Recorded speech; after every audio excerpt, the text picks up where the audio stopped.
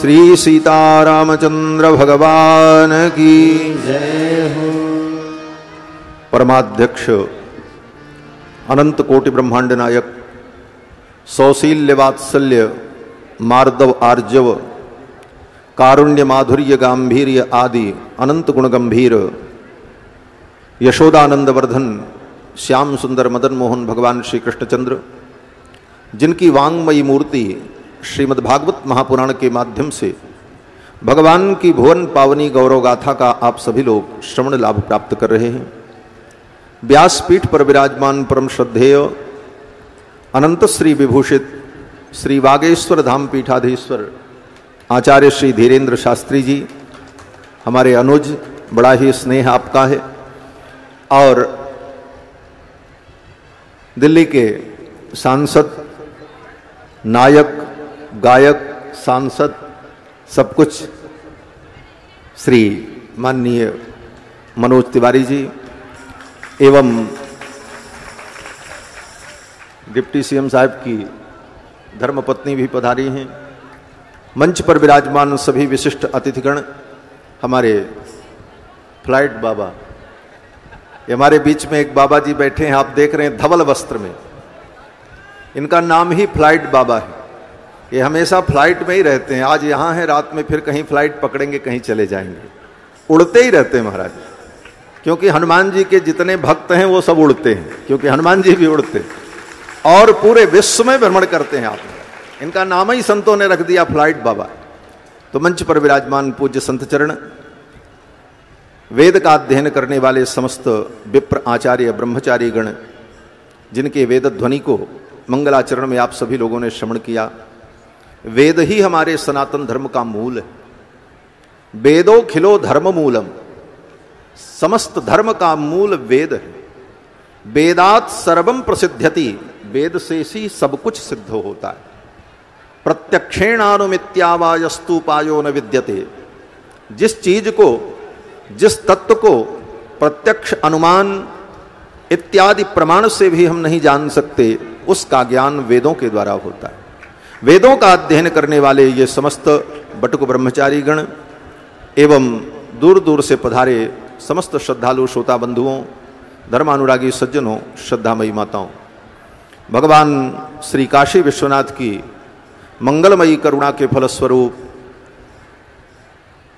काशी के इस पवित्र विश्वविद्यालय के प्रांगण में विराजमान होकर के भगवान की वांगमयी मूर्ति श्रीमद् भागवत महापुराण की पावन चर्चा आप सभी लोग श्रवण कर रहे हैं। श्रीमद् भागवत महापुराण साक्षात भगवान श्री कृष्ण का शब्दमय विग्रह है। तेने यम वांगमयी मूर्ति ही प्रत्यक्षा वर्तते हरे। भगवान हरि की प्रत्यक्ष वांगमयी शब्दमयी मूर्ति श्रीमद् भागवत महापुराण। और सुनाने वाले व्यास जी महाराज के विषय में मैं क्या कहूं, आप तो सब जानते ही। हनुमान जी के ही दूसरे रूप हैं मानो। श्री हनुमान जी महाराज की उपासना करते करते हनुमान जी के सारे भाव आप में आ गए, और ध्यान से आप दूर से देखो तो हनुमान जी जैसा चेहरा भी लगता है। जैसे बाल रूप हनुमान जी का चेहरा, बाल समय रवि भक्ष लियो तब तीनों लोक भयो अंधियारो, उस समय हनुमान जी का जो मुखमंडल का स्वरूप कहीं आप देखते हैं, वैसा चिंतन करिए तो ऐसे ही दिख रहा महाराज का मुखमंडल। क्योंकि हमारे यहां सिद्धांत है, जो व्यक्ति जिस रूप की उपासना करता है, जिस तत्व की उपासना करता है, उपासना करते करते उसी स्वभाव को, उसी रूप को, उसी संस्कार में वो रच पच जाता है, वही संस्कार उसमें व्याप्त हो जाता है। इसीलिए गीता में भगवान ने कहा कि जो भूत प्रेतों की उपासना करते हैं वो मरने के बाद भूत प्रेत बन जाते हैं, और जो मेरी उपासना करते हैं वो मुझे प्राप्त हो जाते हैं। देवान देवयजो यान्ति मद्भक्ता यान्ति मामपि। तो श्री हनुमान जी महाराज की उपासना करते करते महाराज श्री के अंदर हनुमान जी जैसा भाव ही प्रकट हो गया। और हनुमान जी महाराज ने जो किया वही आपके द्वारा हो भी रहा। हनुमान जी ने क्या किया? बोले उल्लंघ सिंधो सलिलम सलीलम यह शोक वह्निम जनकात्मजाया। समुद्र का उल्लंघन करके श्री हनुमान जी महाराज ने गंगा में जाकर के जानकी जी के शोक का निवारण किया। आप भी समुद्र का उल्लंघन के लंदन तक जाकर के वहां की हमारी हिंदू जनता है उनके शोक का निराकरण करने जा। अभी अभी आपने घोषणा सुनी 26 तारीख, वहां के जी जो हमारे सनातनी परंपरा के लोग हैं उनके शोक का हरण करना ही तो इनका कार्य है। और हनुमान जी महाराज ने एक काम और किया, बोले जानकी जी के शोक का हरण करके, जानकी जी के शोक की जो अग्नि थी उसी से रावण की लंका का दहन भी कर दिया हनुमान जी महाराज।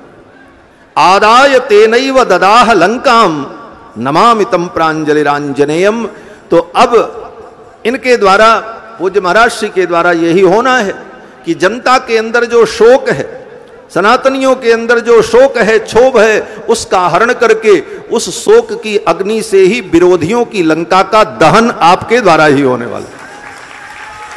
सनातन धर्म के जो विरोधी विधर्मी हैं उनकी लंका का दहन ऐसे महापुरुष के द्वारा ही होता है।